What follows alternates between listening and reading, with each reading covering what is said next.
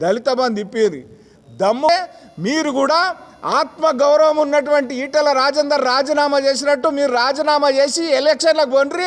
కనీసం మీ నియోజకవర్గంలో మిమ్మల్ని గెలిపించిన వాళ్ళకు గప్పుడు ఆ పెన్షన్లు అది రేషన్ కార్డులు ప్లస్ ఇది దళిత బంధు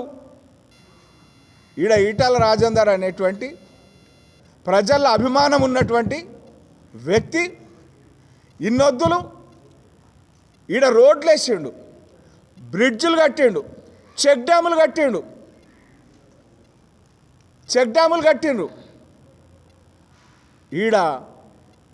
ఇవాళ గవిటి మీదనే నడుస్తున్నారు మీరు. ఈ ప్రజల కోసం ఇండ్లు కావాలా? మీ నియోజకవర్గాలలో కనీసం ఎందుకు ఢిల్లీకి లిస్టు పంపించలేదని అడిగిర్రా మీరు? అడిగిండు, నిలబడ్డాడు, ఎదురు నిలిచిండు.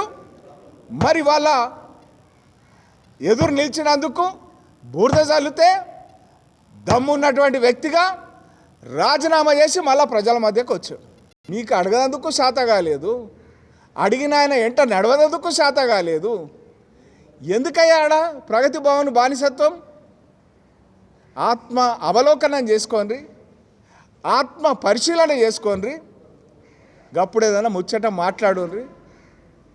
గిసుటి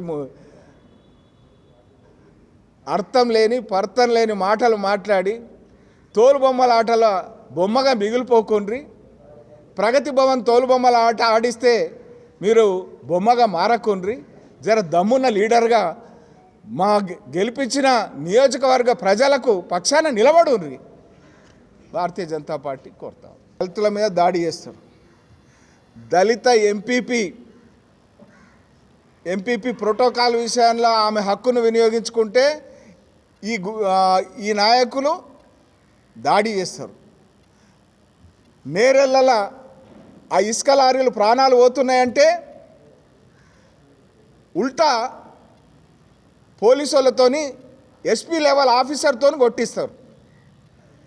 ఇలా నోరే ఆడిపోయింది. సీము నెత్తురు ఉండి అడగాల కదా. అన్యాయాన్ని ఎదిరించిన దళితుల మీద అన్యాయంగా దాడి చేసి మళ్ళీ లాకప్లో పెట్టి కొడితే అడగాల కదా.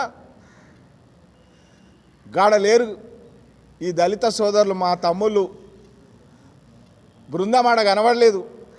యాడన్నా పేపర్ల నోట్ల